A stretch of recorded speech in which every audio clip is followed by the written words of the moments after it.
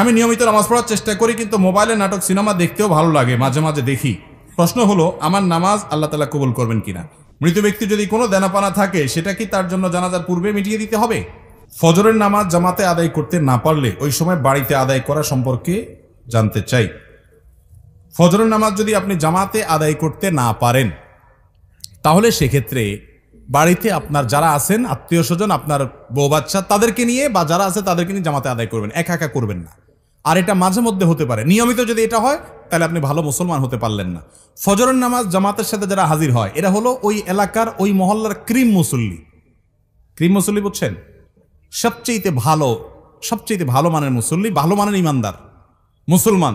যে মুসলমান ফজরের নামাজে হাজির হয়, যে মুসলমান অন্য ওয়াক্তে হাজির হয়, ফজরে হাজির হয় না, বুঝতে হবে এই মুসলমানে কি আছে, ভেজাল আছে।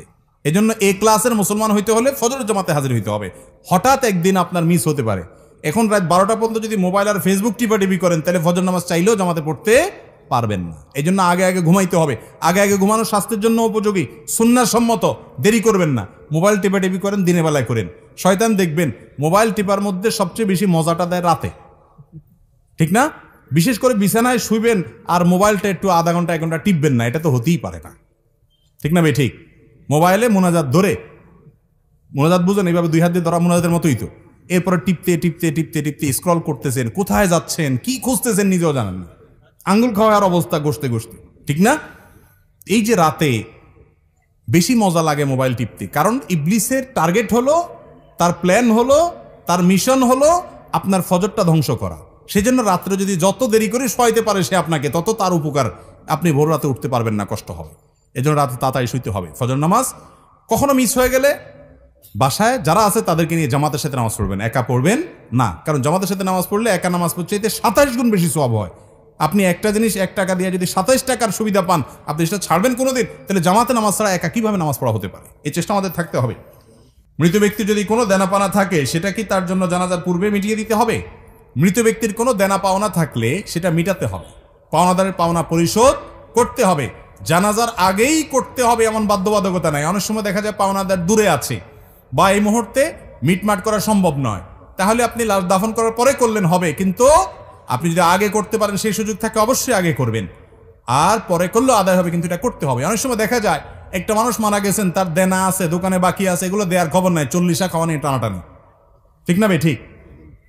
যেটা ফরজ সেটার খবর নেই, যেটা শরীয়ত করতে বলেছে সেটা করে না, যেটা করতে বলে নাই সেটা নিয়ে টানাটানি।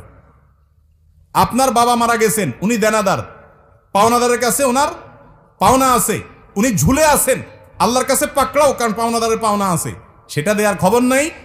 আপনি ওই মানুষ খাওয়ায় বেড়াচ্ছেন। মানুষ খাওয়ানো গুরুত্বপূর্ণ না পাওনাদারের পাওনা পরিশোধ করা গুরুত্বপূর্ণ? তার রূহ ঝুলে থাকে যে ব্যক্তি পাওনাদারের পাওনা পরিশোধ করা ছাড়া মৃত্যুবরণ করে। শরীয়তের নির্দেশ হলো কোনো মানুষ মারা যাওয়ার পরে তার সম্পদ থেকে সর্বপ্রথম কাজ হলো পাওনাদারের পাওনা দেওয়া, এরপরে তিনি ওসিয়ত করলে সেটা পূরণ করা, তারপরে বাকিটা তার ওয়ারিসদের মধ্যে বন্টন হবে। এখন আমাদের ওইগুলোর কোনো খোঁজ খবর নাই, যেটা শরীয়তে বলে নাই ওইটাকে সবচেয়ে গুরুত্ব দিয়ে করি। আল্লাহ আমাদেরকে বোঝার তৌফিক দান করুন। আমার বিদ্যালয়ে নামাজ পড়ার কোনো ব্যবস্থা নাই, নামাজের জন্য কোনো নির্দিষ্ট সময় দেওয়া হয় না, এবং এই স্কুল এই বড়লেখার স্বনামধন্য প্রতিষ্ঠান, বেশিরভাগ ছাত্র মুসলিম, এক্ষেত্রে আমাদের করণীয় কি? কোনো শিক্ষা প্রতিষ্ঠান বেশিরভাগ ছাত্ররা মুসলিম হলে তাদেরকে নামাজ পড়তে না দিলে এই শিক্ষা প্রতিষ্ঠানের লোকেরা তাদের সাংবিধানিক অধিকার নষ্ট করছে আমি মনে করি। কারণ একজন মুসলমান তার নামাজ পড়ার অধিকার তার সংবিধান তাকে দিয়েছে না, দেয়নি? আর সংবিধান দেখার না দেখে একজন মুসলমানের এটা রাইট যে তার নামাজ সে পড়বে, সালাত আদায় করবে। সালাত আদায় করার জন্য কত মিনিট সময় লাগে? সালাতের সুযোগ না দেওয়া এটা ইসলাম বিদ্বেষী মনোভাব ছাড়া আর কিছু হতে পারে না। এটা কোনোদিনই হতে পারে না অন্য কোনো কিছু। কারণ বাচ্চারা সালাতের মাধ্যমে আনুগত্য শিখে, লিডারশিপ শিখে।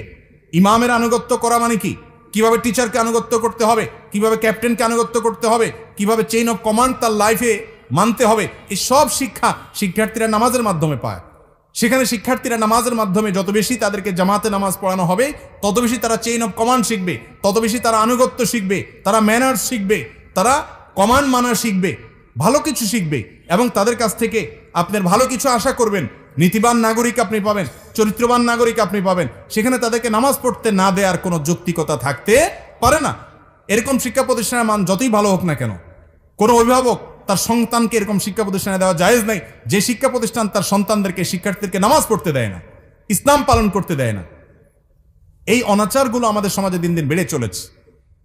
যদি কোনো শিক্ষার্থী কোনো প্রতিষ্ঠানে পড়েন, এখন তো শিক্ষা প্রতিষ্ঠান বছরের মধ্যখানে, আপনি হয়তো কথার কথা বছরের মধ্যখানে আছেন, আপনি চেঞ্জ করতে পারবেন না, আপনি পড়েন, তারা নামাজ পড়তে দেয় না, আপনি টাইম নিয়ে নামাজ পড়ে নেবেন, 5 মিনিটের ছুটি নেবেন, টয়লেটে যাওয়ার ছুটি যদি পাওয়া যায়, নামাজের ছুটি আপনি পেতেই পারেন, যদি নাও দেয় আপনি যেভাবেই হোক অন্তত ফরজ নামাজটা আপনাকে টাইমলি পড়ে নিতে হবে। তারা আপনাকে জামাতের সুযোগ দিচ্ছে না, এজন্য তারা গুনাহগার হবে, কিন্তু আপনার দায়িত্বটা আপনি পালন করবেন। কথা কি বুঝাতে পারছি? আমি নিয়মিত নামাজ পড়ার চেষ্টা করি, কিন্তু মোবাইলে নাটক সিনেমা দেখতেও ভালো লাগে, মাঝে মাঝে দেখি। প্রশ্ন হলো, আমার নামাজ আল্লাহ তাআলা কবুল করবেন কিনা? ভাই, নামাজ হয়ে যাবে ফরজ যদি ঠিকঠাক মতো করেন, কিন্তু আপনি নামাজও পড়েন আবার নাটক সিনেমাও দেখেন, হারাম জিনিসও দেখেন, এর মানে হলো আপনার নামাজটা ঠিক মতো হচ্ছে না। নামাজ যদি খুব ভালোভাবে হয় তাহলে অন্যায় অশ্লীল কাজ থেকে নামাজ আপনাকে কি করবে? বিরত রাখবে। যদিও আপনার নামাজ ত্রুটিপূর্ণ, তারপর আপনি নামাজ ধরে রাখবেন, ধরে রাখলে একসময় ইনশাআল্লাহ আপনি এই অপরাধ থেকে, পাপের কাজ থেকে, হারাম থেকে সরে আসার সুযোগ লাভ করবেন ইনশাআল্লাহ। আপনাকে ট্র্যাকে থাকতে হবে, চেষ্টা ছাড়া যাবে না, চেষ্টা থাকতে হবে, একসময় আল্লাহ তৌফিক দিবেন। আর মনে রাখবেন, আপনি নামাজ পড়ছেন, আল্লাহর কাছে ইবাদত নিবেদন করছেন, আবার যে কাজগুলো করছেন সেগুলো আল্লাহ, হারাম কাজগুলো করছেন সেগুলো আল্লাহ নিষেধ করেছেন। যে আল্লাহর নির্দেশ পালন করতে গিয়ে নামাজ পড়ছেন, সে আল্লাহর নির্দেশ পালন করতে গিয়ে আপনার চোখকে হেফাজত করতে হবে, কারণ দুইটাই কার নির্দেশ? আল্লাহর নির্দেশ। হারাম জিনিস দেখাতে সাময়িক আরাম হয়, স্থায়ী আরাম হয় না। চুলকানির মতো, যখন চুলকাবেন খুব মজা লাগবে, চুলকানি শেষ, এরপরে জ্বলবে। আর চুলকানির সময় যদি না চুলকায়, একটু ডলে ডলে চুলকানিটা থামাইয়া দেন, তাহলে দেখবে না, জ্বলবে না। এই জন্য হারাম জিনিস দেখার জন্য মনের ভিতরে চুলকানি হয়, শয়তান উস্কা, দেখ দেখ, দেখলে অনেক শান্তি পাবি, দেখার পরে ঠিকই অস্থিরতা লাগে, কি দেখলাম কি দেখলাম, হ্যাঁ চলে গেল, টেলিভিশন বন্ধ হয়ে গেল, সে চলে গেল, কি দেখলাম। আপনার মনের ভিতরে অস্থিরতা আরো বাড়ে, কখনো মনের প্রশান্তি আনে না, এগুলো মানুষকে অশান্তি করে। আজকে যুবকরা ডিপ্রেশনে ভুগছেন। কেন ডিপ্রেশনে ভুগছেন? ভোগের যত আইটেম আছে দুনিয়ার, সবই তো আপনার হাতের নাগালে। কেন ডিপ্রেশনে ভুগছেন? কেন আত্মহত্যার প্রবণতা বাড়ছে? কেন মানুষ ডিপ্রেশনের কারণে দিন দিন অস্থির হচ্ছে? কেন মানসিক রোগী তরতর করে বেড়ে চলেছে? মূল কারণ হলো শান্তির ট্র্যাক থেকে সরে গেছে।